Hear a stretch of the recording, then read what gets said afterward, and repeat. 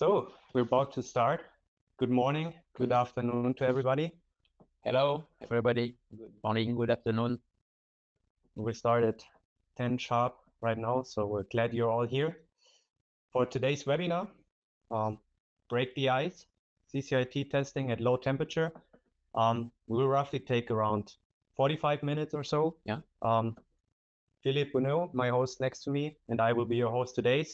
We're both working in the field of leak testing, pharma CCIT. And I'm happy to welcome you here for today. One comment for the beginning. If you have any questions during the webinar, we will have some time at the end to answer to all your questions. So please just use the question functions and chat functions and ask the questions, and we will talk about them later. Yeah. Okay, so what can you expect from this webinar? In today's webinar, we would like to talk to you about what are challenges when dealing with low temperature testing, what are advantages, but also limitations of state-of-the-art technologies. And we would like to show you an improved and unique approach for low temperature CCI testing. Philippe, maybe you can go. Yeah, let's have a quick overview about the agenda of today. First, we will have a look to the relevance of low temperature CCIT. Then we will have a second section for explaining the impact of the low temperature on CCI. And then we will describe different methodology used for low temperature measurement. And then which challenge are we facing with low temperature testing before to present our improving solution for low temperature measurement and before to conclude. Thank you. So first, starting with the relevance of ensuring CCI and ultra low temperature storage. So first of all, it's important because there's a rapid growth of cell and gene therapy that requires storage in low temperature of the drug to keep its safety and efficiency. And of course, during all this storage time, you need to ensure the CCI, so the container closure integrity, to keep the efficiency of the product, of the drug. When dealing with low temperature, you will have different containers that might be interesting for you. For example, vials, syringe systems, or even cryogenic freezing bags. So, and all of those, of course, containers have a unique challenge when evaluating CCIT. Maybe you can go into some details on temperatures. Yeah, just to explain that low temperatures start in the range of -15 degrees and go down -80 or even lower, depending on the drug product we are considering. For example, for gene therapy, for example, we need to perform measurement at -80. Okay, so that's correspond to the storage temperature. So who is concerned by low temperature measurement? Let's say almost our 3 different customer profile are concerned: material supplier, service provider, and of course pharma manufacturer, for 2 main reasons. First one, when you start to design a new system, new containers, does the container keep integrity? That's important for the material supplier. And at the end, before to deliver the drugs, does the product itself keep integrity? So it's time now for a first poll.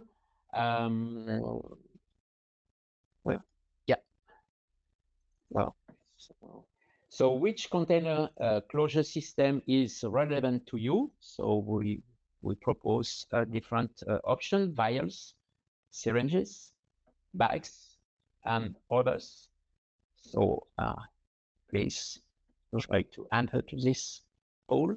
There are others. It would be nice if you can also specify it in the chat, just to know, okay, what is interesting as well, are the most common containers. Okay, we'll close the poll for now. Thank you very much for your participation. We'll share the results. As we can see, and as we know, okay, vials, syringes is the major interest for all of you. Yeah. So we thought bags as well for 1/3 of who's here today, which is nice, and 24% others. Yeah. That's interesting. Quite curious to see what in the chat what are others. Yes, I have to do afterwards, I guess. Okay, so we directly have another poll for you, and then you're free to listen to us. So we are talking about low temperature, but what is low temperature for you? What temperature is relevant for you? Are you interested in tests down to -20, -40 degrees, down to -80, or even below? Same are for the other poll. Put in the chat if you have a specific requirement regarding temperature of tests.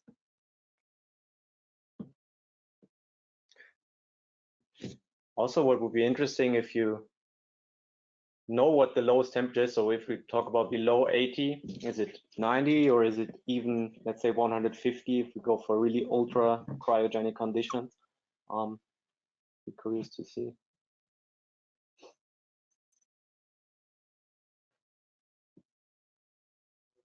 Okay. I'll share the results. It's pretty evenly distributed this time. Yeah. Of course, the major part is below -80, but okay, there are a lot of people that are even interested in minus 80 and below that. Interesting. Okay. Yeah, sorry. We now go into we're talking about low temperatures, so we will now go to the impact of low temperatures, not on the CCI, but especially on your container closure system. So what you can have with that, and maybe Philippe, you can start to explain some of the phenomena. So the first phenomena we need to consider is thermal expansion of the materials.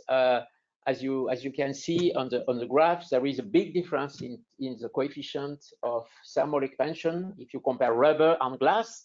So taking the example of a vials, that means that your stopper can shrink, or your cap can shrink, and that may create leaks because just a variation of dimension which are different for rubber or plastic part compared to the glass. So this is the first point we need to have in mind. The second one is this glass transition temperature. Glass transition is a reversible phenomenon. It means that at low temperature, what we call below the glass transition temperature, polymers are hard and brittle like glass, and above this glass transition temperature, polymers are soft and flexible like a rubber. So of course, this is a big risk for CCIT. At low temperature, we can have cracks generated inside the material itself due to this phenomena. Okay, then Lucas, perhaps you can talk about the risk of overpressure. Yes. So I will just go quickly into what can happen in terms of overpressure when you're considering a vial, for example, stored at low temperature at dry ice. So you see, a vial is usually filled with the air headspace, so mainly nitrogen and oxygen. And in this graph here, you see on the left side the temperature of the vial itself, the storage conditions, and on the right side the pressure inside the vial. We'll talk about this also later, but the volume in the vial is constant. So if you decrease the temperature, you will also decrease the pressure inside the vial. And what you see now in a case of a failure, you see here the pressure in red decreases until it reaches the glass transition temperature that Philippe just described. And what happens now if you store it in dry ice, for example, you have CO2 around the sample from the dry ice. And in worst case, if you lose the integrity during that storage time, you will have gas from the outside, cold dense gas, coming inside the sample. It's here, so you go back to atmospheric pressure almost, even though the temperature is still very low. Why is this a problem? If you go back to room temperature in the end, so you increase the temperature again to 20 degrees, 23 degrees, of course, the pressure at some point will also increase again, because now you have the cold dense air, which is also heating up. like this, you will have an overpressure in the end, which can lead to different issues. For example, if you put a syringe inside, liquid spilling out in the worst case, if you want to get something out of it. So if you look at two different vials, a good one and a bad one, and compare them, in a good one, you still have air inside, so nitrogen, oxygen, P atmospheric. But if you lost integrity during the storage time, you will have probably a slight overpressure inside, and you have other gases as well. So CO2 or more CO2 than usual inside. And this is something you can verify afterwards with, for example, headspace analysis, was to see, okay, is there an overpressure inside? Like this, you know, okay, the leak was temporary. A measurement of CO2 in headspace also verifies that during cold storage, you had a leakage. The big issue here is that the traditional CCIT methods, for example, vacuum decay or mass ejection or other methods, if you do this after the storage time, you will not be able to detect these leaks anymore because it's not really there anymore, but it's still a concern for you. Yeah. So if we go into methodologies employed in low temperature CCIT, maybe Philippe, you can give a start on what is currently used. Yeah, so let's start with what we used to call the helium standard, which is a tracer gauge vacuum method.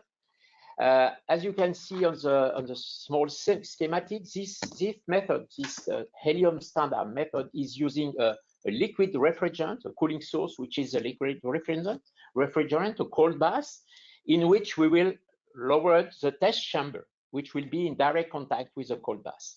Of course, inside the test chamber, we will have this sample, the sample we want to test, syringes or vials or whatever, but with helium inside, because of course, to perform the CCI test, we need helium inside the container. And okay, to cool down the samples, and this is important, we need to have air inside the test chamber. Otherwise, we will not have thermal exchange between the cold bath and the samples. So with this method, we used to first wait to reach the lower temperature we want to measure before to start to measure the helium, okay? Because we need air again around the sample to cool down the sample, And of course, at the end, when we will reach a temperature, for example, -80, then we will start to measure and to make vacuum around the container and to measure the helium leakage escaping from the container.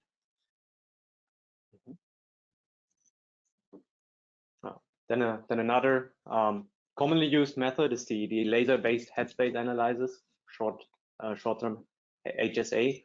So what you do here, you take the vial at room temperature and you use a laser and the detector on the other side, as you can see in the graph here, to send the laser through the gas headspace, not the liquid, but the gas headspace, to see, okay, which gases are inside. So the laser light in this case can match the frequency of the target molecule, for example, oxygen, CO2, water, or even total pressure for it.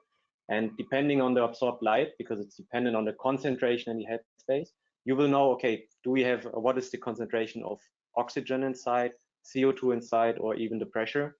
And as we've explained with the issue with the overpressure, if you lose during cold storage in dry ice the integrity, you will have either overpressure or even CO2 inside your container. So if you compare both that are commonly used at the moment for low temperature, helium and headspace, just in a few things. So the test temperature, headspace has to be done, but can be done after the cold storage, but you do not know directly at the target temperature what happens. So you need to wait until it's back at room temperature to measure again. With the tracer gas method, you can adjust the temperature. So you're looking at the cold bath and cool down the samples, make the measurement at -60, -80 degrees, whatever you're looking at.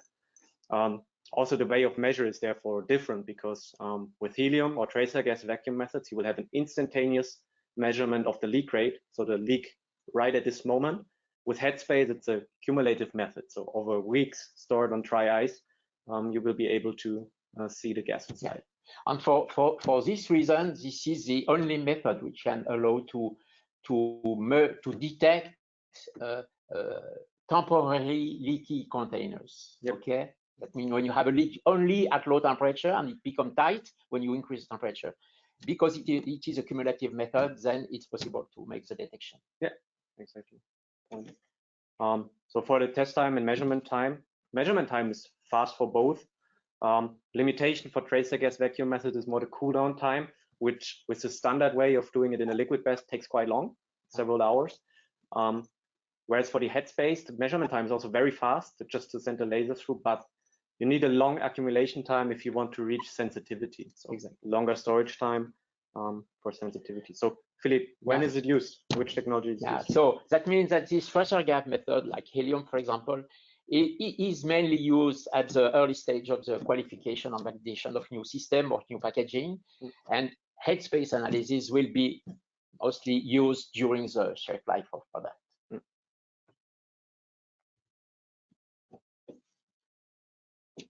So if we try to identify what would be the ideal method, what would be the ideal attribute for this low temperature CCIT testing, for sure it would be interesting to be able to make a continuous measurement of the leakage during the cool down or even the warm up, why not, of the temperature. It could be also interesting to define a temperature profile, for example, to decrease down to -20, to have a plateau, and then to go down to -40 or 80 and have another plateau. And also interesting to measure during this cool down, but also during the heat up of the temperature. As you know, we have different material. We explained that on the container, rubber, glass, and so on. So depending on the position of the temperature sensor, you will measure probably different temperature. So it would be nice to have a system with different sensor in order to have different position to measure the temperature. Of course, an ideal method needs to be non-destructive, sensitive, quite fast, and at the end, probably what is very important is the sample preparation, because talking with helium, we need to put helium inside. So this is something which is most of the time a pain for the customers. So if we consider the helium standard method with liquid bath, we just described that method. It's mainly one measurement point that we usually put directly on the cap of the vial or on the plunger of the syringe, or it could be on the barrel. And it's very sensitive because helium is sensitive. So test duration is quite fast, but what is what is difficult is a sample preparation, because to put helium inside, to know exactly the concentration of helium you have inside the samples is not so easy. And of course, again, it is just a one-point measurement. You cannot perform continuous measurement. You cannot define temperature profile. You cannot measure during the cooling down or the heat up. And again, most of the time you have only one temperature measurement. You see, we put two lines here open, so we'll go into detail about the new approaches that we can go for soon. Before we go into detail about this, there's one more poll. Promise, it's the last one. So where we have one more question regarding CCI.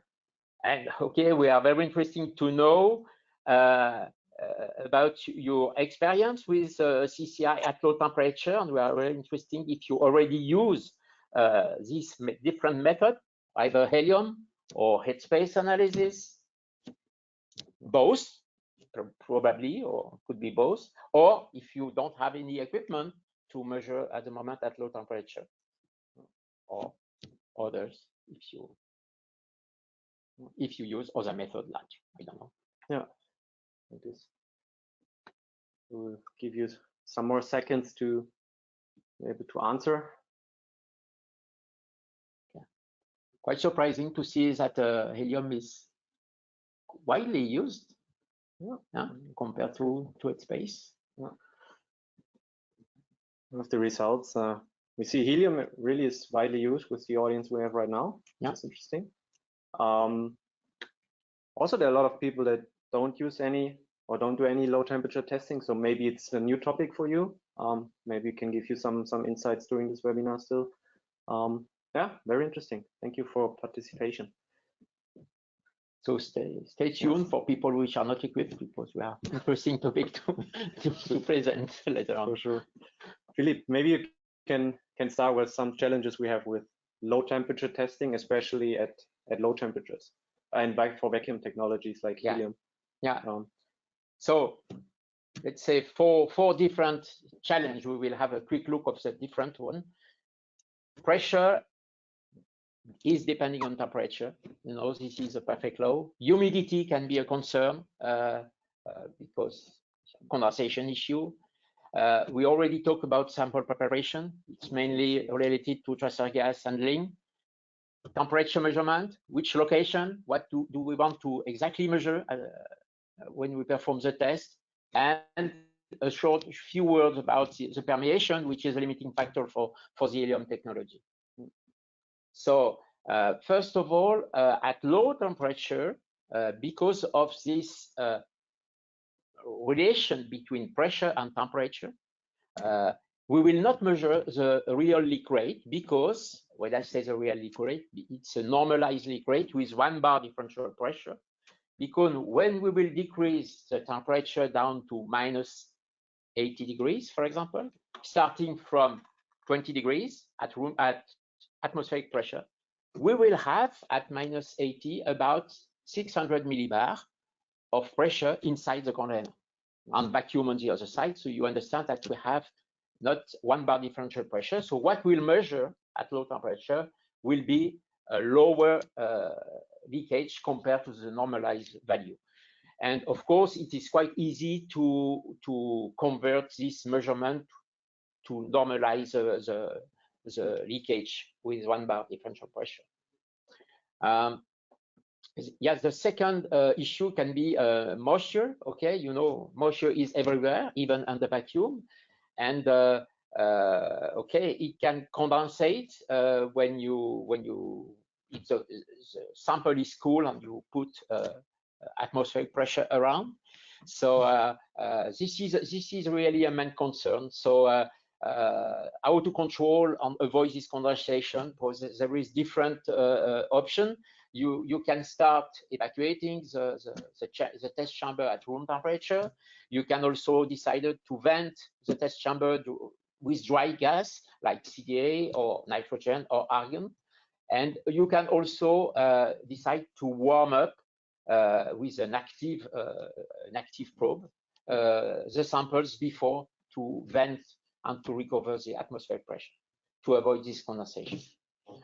Lucas, other concern regarding sample preparation? I can go on, yeah. So this sample preparation, especially when using tracer gas like helium or others, maybe.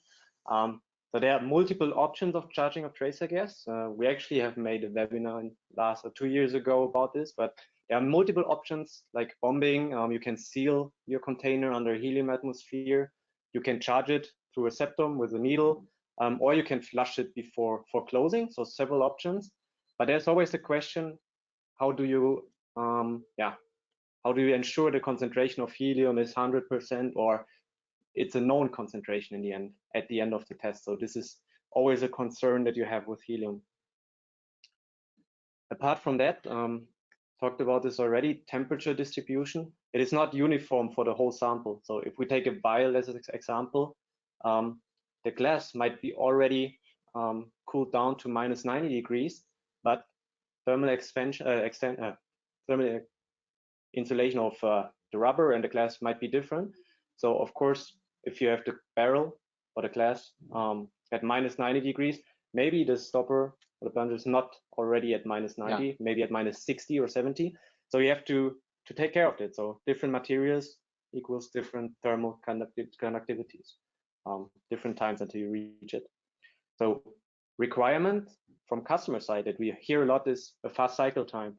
So you want to cool down fast, but how to ensure that the critical parts of your container you want to test are already cooled down. If you only make one measurement, maybe on the wrong position, and the stopper is still at high temperatures, maybe you miss some of the information you need to have. Exactly. And last but not least, everybody, and we saw there are a lot of people familiar with helium. With helium, you always have permeation as an issue, especially through polymer. So the class is not the issue, but stoppers, plungers, needle shields, all this stuff can be an issue.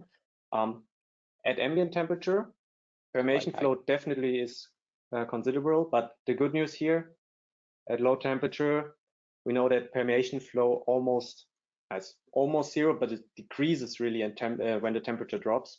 It's not really a problem anymore at temperatures of 200 Kelvin, which is minus 73 degrees. So at the temperature you want to test, permeation is not that big of a deal anymore. Exactly. It's not anymore a limiting factor for helium at low temperature. So Philippe, maybe you can start with what are options for improving the low temperature test. Yeah, so these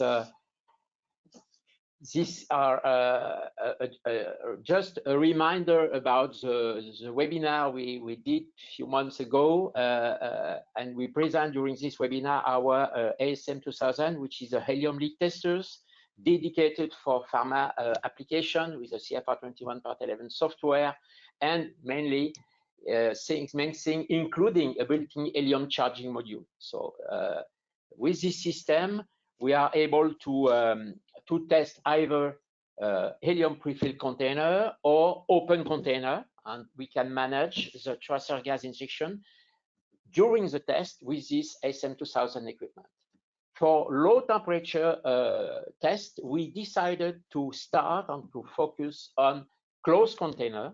That means that we will have to prepare the samples and to put helium inside the container before to start the measurement.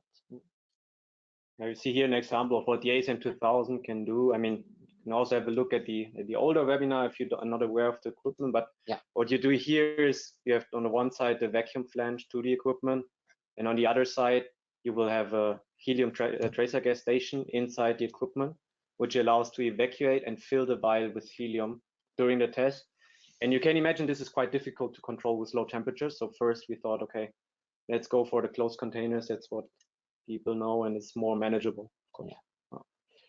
So regarding this new solution that Pfeiffer Vacuum is proposing today, we call that helium Advance. And as you can see on the schematic, we don't have any more a liquid bath, cold bath.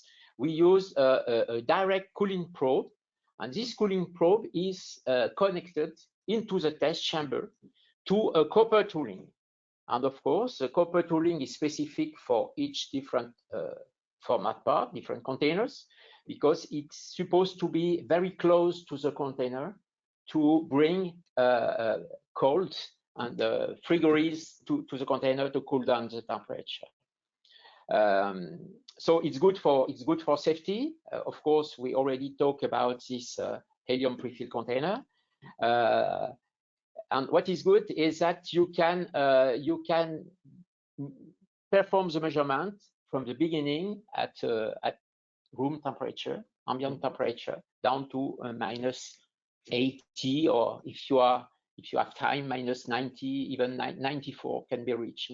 And we have the possibility to connect this low temperature module to our ASM 2000 helium leak detectors with 4 different temperature probes that we can decide to install at different positions on the container.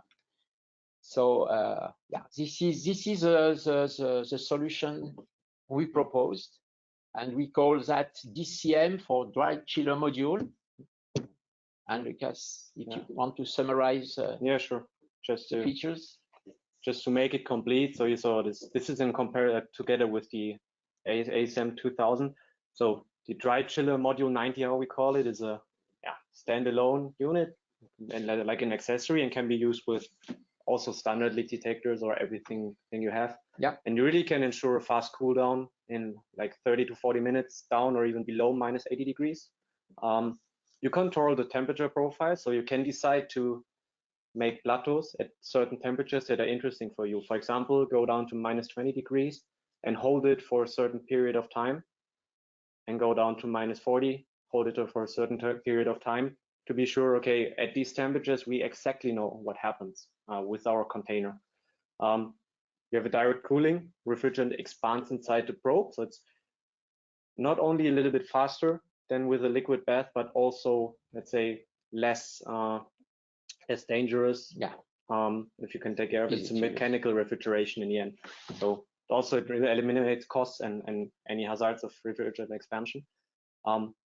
We added recently the heating probe function, which was not initially in there, but we figured out this is very good feature to heat up again, because okay, everybody thinks about cooling down, but how do we heat up the sample again to be able to operate again with it? If you do that at room temperature, there are some issues you can have. And of course, this equipment can be used with the ASAM 2000, for example, or other leak testers. Just to show you one graph, which gives a like a overview about the heat up sequence. So what the but also gives a feeling of the times. So you have here the cooling down in black, and then the time here. So you roughly on a sample, you see here the chamber, you see a thermocouple attached to the sample, and the thermocouple attached to the electronics. And within 15 minutes, roughly, we reach -80 on this sample. And with another 15 minutes, or 30 minutes in total, we reached a -90, 40 degrees on the sample. We can hold it. And then within roughly 10 minutes, with this heat up function, we are able to heat up the sample back to 20 degrees. You see, we can even heat it up even more, but of course there are other dangers.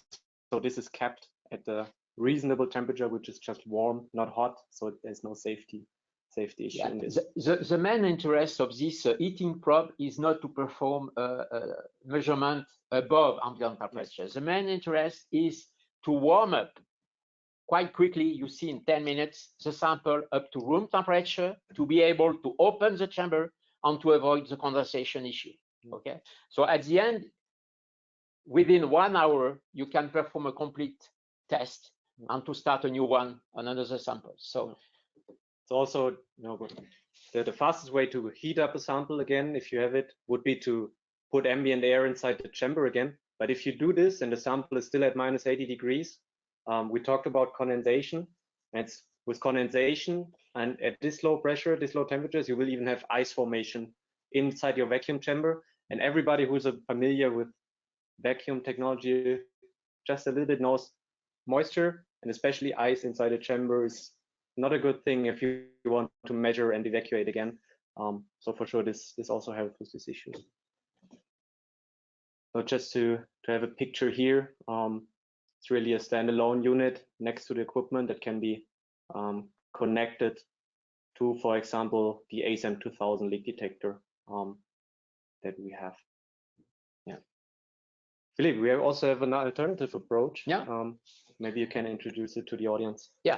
Yeah, we know helium is very sensitive technology, but we have also in our portfolio this OES technology, optical emission spectroscopy, with the IMI 1000, which can be used also to perform low temperature measurement, with the big advantage to avoid any sample preparation, because with this equipment, we will detect the gas which are naturally present inside the container.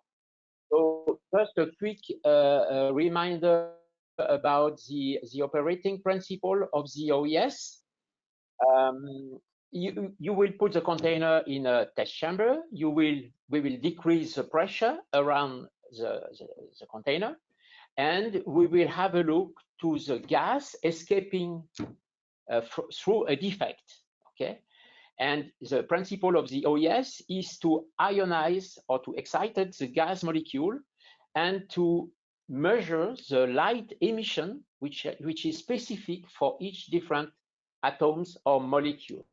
So it's a multi-gas analyzer. If we have air, we will track nitrogen, and using optical spectrometer, we will select the nitrogen wavelengths. We can also detect CO2 or argon, and we will get a quantitative measurement of the nitrogen, air leakage, CO2 leakage, down to 10 to -5 for quantitative and calibrated measurement, but we are sensitive in the 10 to -6 decades as well.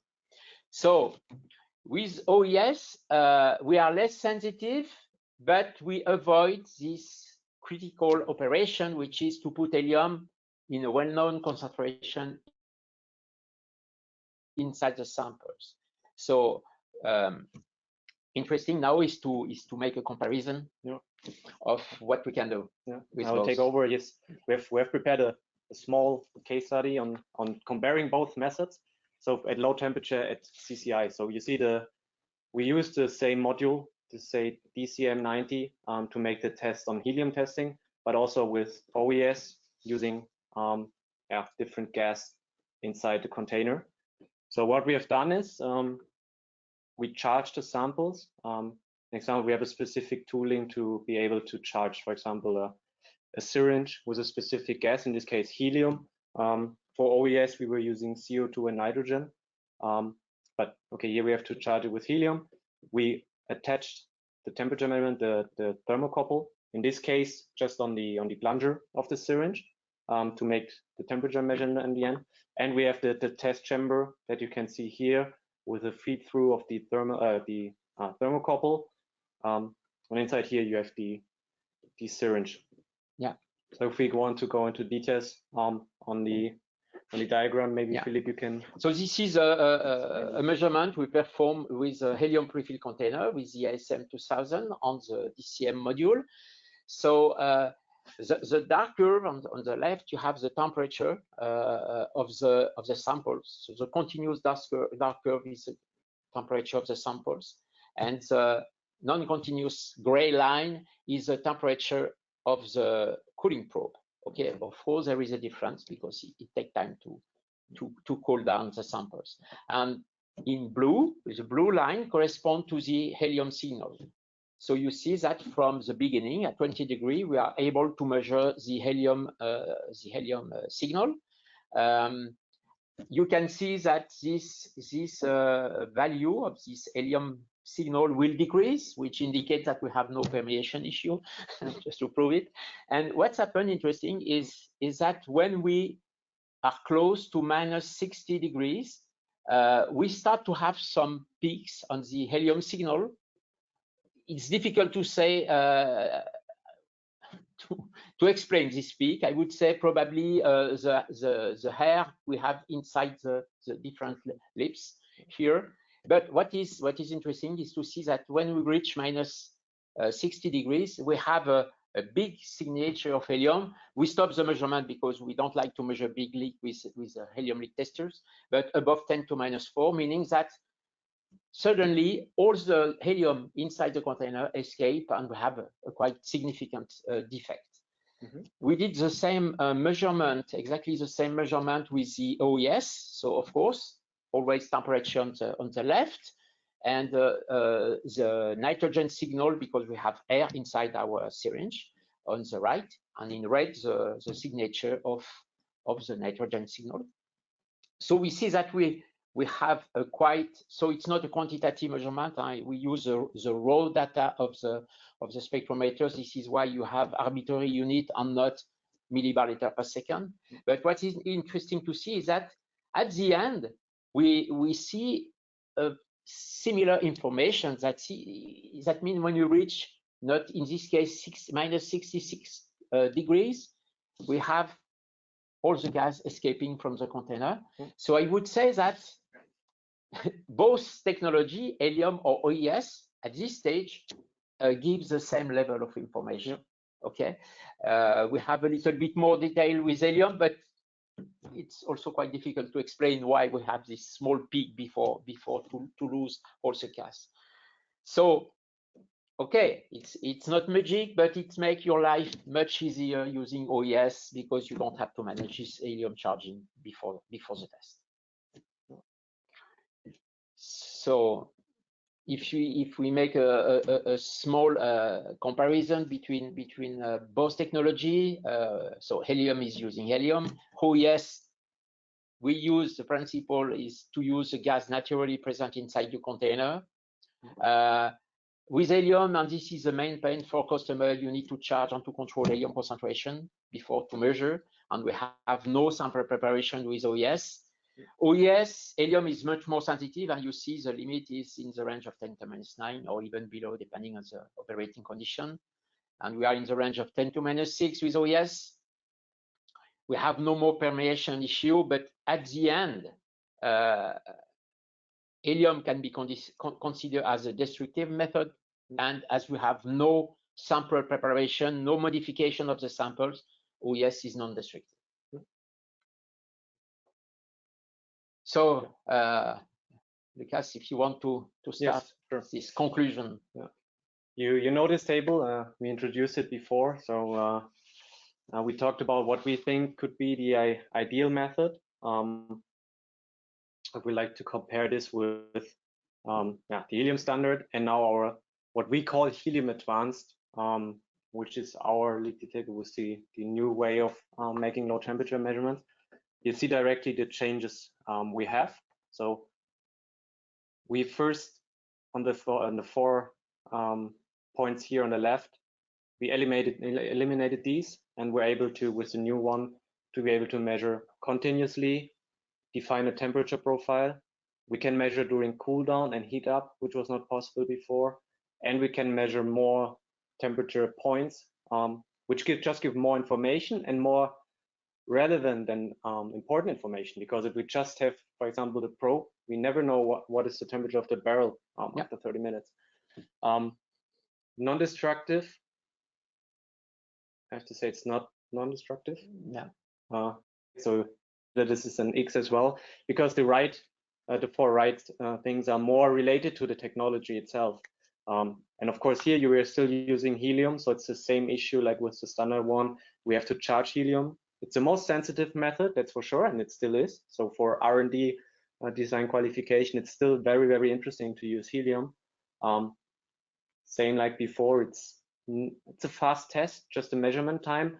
But even if it with the dry chiller module, it still takes time. So with preparation, with cool down, heat up, it will easily take an hour or so to make the full measurement. And of course, you still have to do the sample preparation. Yeah. Maybe Philippe, you can just comment on the OES. We just talk about the OES. So we have the same benefit with the dry chiller module, continuous measurement, temperature profile, measurement during heat up and cooling, 4 different thermocouple to measure the temperature. Now it's really a non-destructive method with the main benefits to have no sample preparation. So the only weak point for this technology is, let's say, a limited sensitivity compared to helium. But as we demonstrated before, it could be enough to get already valuable information in a very simple way. And it's really in the end what you want to measure, right? Yeah, exactly. You need sensitivity. There's no way away from helium.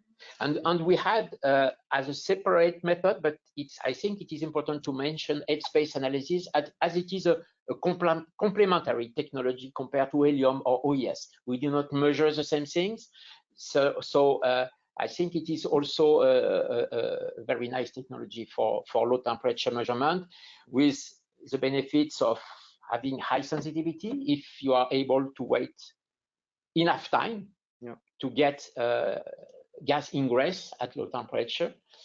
So it's the reason why we say it's not really fast. If you want to be sensitive, you have to wait. So it's not an instantaneous measurement. But again, there is no sample preparation.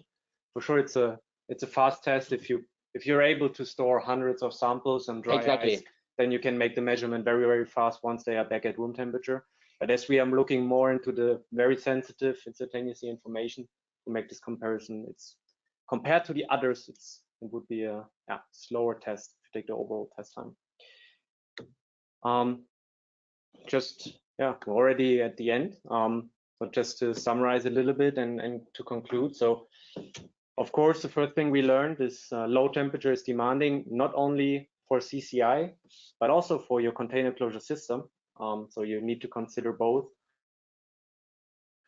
Headspace and helium, as Philippe mentioned, they are complementary. So they provide different kinds of information. It's not like one or the other. It's more, okay, what do I want to measure and what do I want to get as information? If we look into helium, DCM can overcome some of the challenges we've had with the standard method, which is usually used. And as an addition, you've seen with the OES, the DCM allows an easy low temperature measurement with OES, which can be an alternative approach. In the end, of course, it depends on what you like to measure, what you need. But of course, therefore we are also there. So we're at the end. We will have some time for Q&A. Just have here in the slide, it's already next week. So maybe difficult with travel plans, but this is the next exhibitions where we are present, or the both of us at the Parent and Packaging Conference. So maybe we even have the chance to meet some of you. Yeah. Maybe. Now we'll have a look at some of the questions. So there's one question regarding the DCM. Can the DCM be used for? Can we use the OES AMI 1000 plus DCM technology for syringes as well? Yeah. Yeah. So again, for syringes, air-filled syringes at the moment, because we need to have a gas headspace inside. Mm-hmm. So I would say gas-filled syringes. Oh, I'm having some issues. What about auto injectors? What do you think? No experience. No experience. Why not? Yeah. So no experience. So difficult to say. It's what we can get from this measurement. Yeah. Is it okay? One more question. This was an answer. Is it possible to track the temperature of the drug solution at room temperature in liquid state and at low temperature in frozen state? Put a thermocouple inside the liquid of the drug liquid. I'm not really sure. I don't think so. You understand the question? Yeah, I understand the question. Just, as it is a question, I need to think a little bit. Why not? We could imagine to go with a thermocouple through the plunger. Again, it's mainly related to the ability to prepare the samples and to put the thermocouple. Why not? Yeah. We could imagine to do that. We never did, but we could imagine to do that. Yeah. There's one more question. Yeah. Do you sell only the device for CCI measurements, or do you also offer service to measure CCI? So maybe I'll answer that. So we're not a service provider, not a service lab. We sell the equipment. We set up with you the process, and we can do feasibility studies, or let's say a limited scope of, let's say, services in terms of, okay, you want to understand what is the right way of testing. There we help, of course, but we will not be able to make like a paid loan. Can you connect the DCM with the ASM 340? Yes.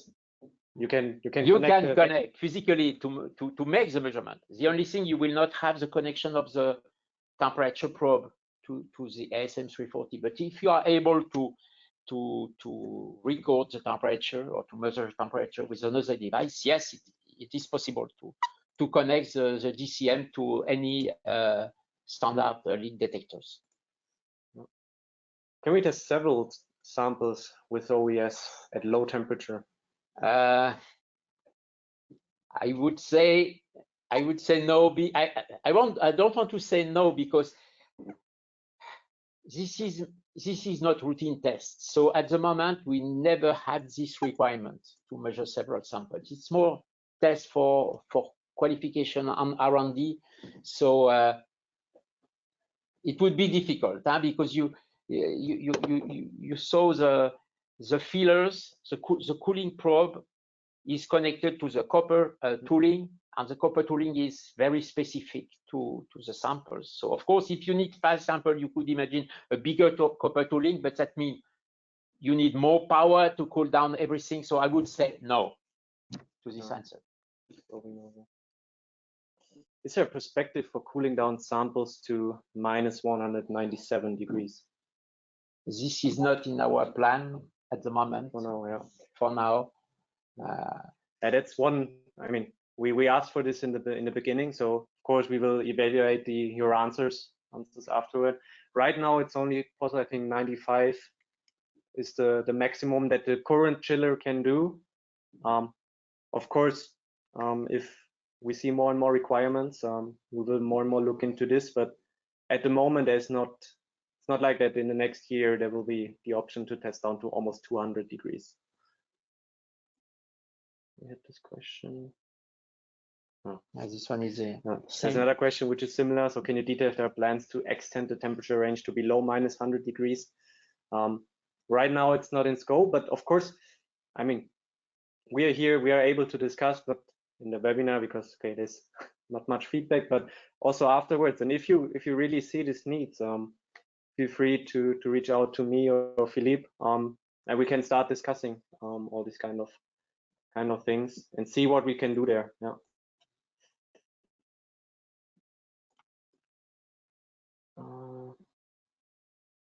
You just look at this.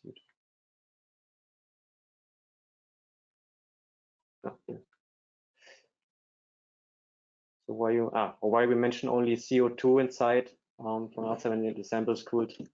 Even CO2 concentration is very low. Yes, it is very low, but before it was not there, right? So you will be able to measure it with headspace analyzers.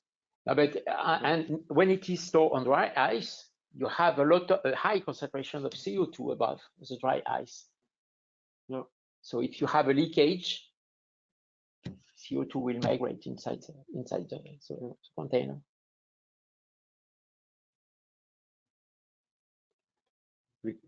Regarding the probe to cool down and warm up the vial of slurry, could you cover the helium leak adapter with a similar probe to study the helium leak against the temperature? Yes, I mean the heating probe and the cooling probe. This comes from the DCM, the dry chiller module, and the dry chiller module can be used with AMI 1000, so the OES technology, but also the ASM 2000. So of course what you can do with a helium leak detector with helium, you can make cycling, for example. You can cool down the sample, heat it up again, cool down the sample, heat it up again, cool down the sample, for example. Yeah.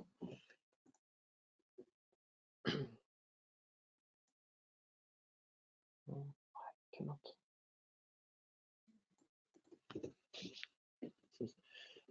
What is our recommendation to test samples directly out of stability or temperatures studies?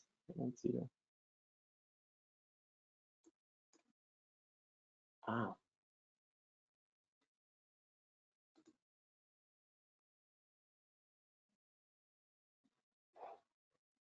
We have a recommendation. I'm not sure if we really can recommend. No, for transport today, for sure, headspace is more relevant because it's a cumulative method.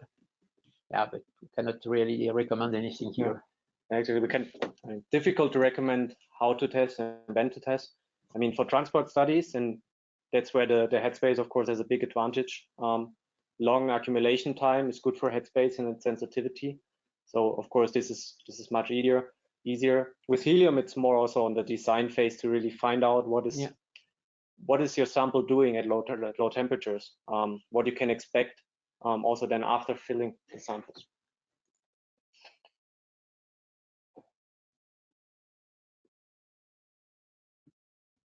What would be the limit for helium concentration detection under this condition?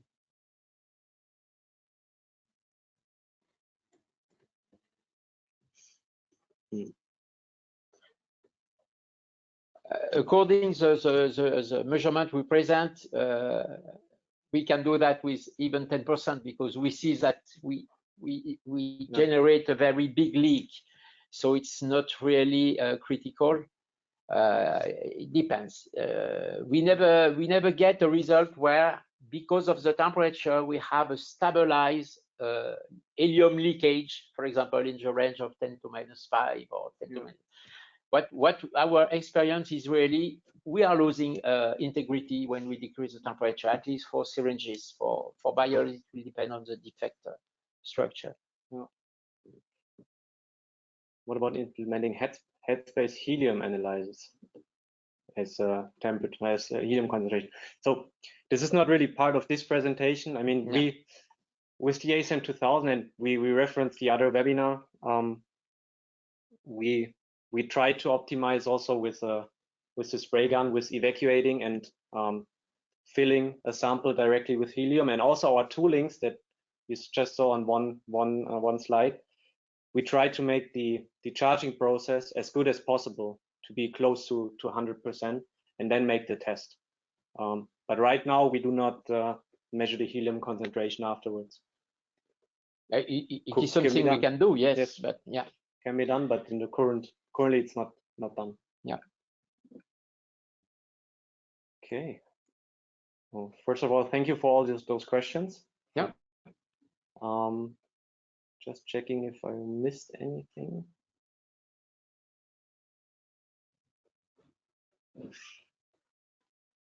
No, I think that's it for now. Yeah, we're close to 11. We're on time. So again, thank you very much for joining us for today. You will receive a follow-up email with all the information, with a link to the on-demand webinar if you want to share it with colleagues or rewatch it.